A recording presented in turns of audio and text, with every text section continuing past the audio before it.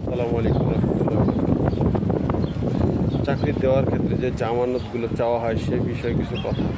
হ্যাঁ, যারা চাকরিদাতা প্রতিষ্ঠান ওনারা হয়তো চাকরির জামানত হিসেবে চাচ্ছেন, ওনাদের খরচ হয় ইউনিফর্ম বাবদ বা অন্য কিছু বাবদ খরচ হয়, ঠিক আছে, কিন্তু আপনার এর আগে আরেকটু বিবেচনা করা উচিত যেই লোকটা আপনার কাছে চাকরির জন্য যাচ্ছে তার অর্থনৈতিক পরিস্থিতি কেমন। আর ঢাকার বাহিরের লোক হইলে তো কোনো কথাই নাই, তার আসা যাওয়া বাবদ প্রায় 2-5 হাজার টাকা খরচ এমনিতেই হয়ে যায়।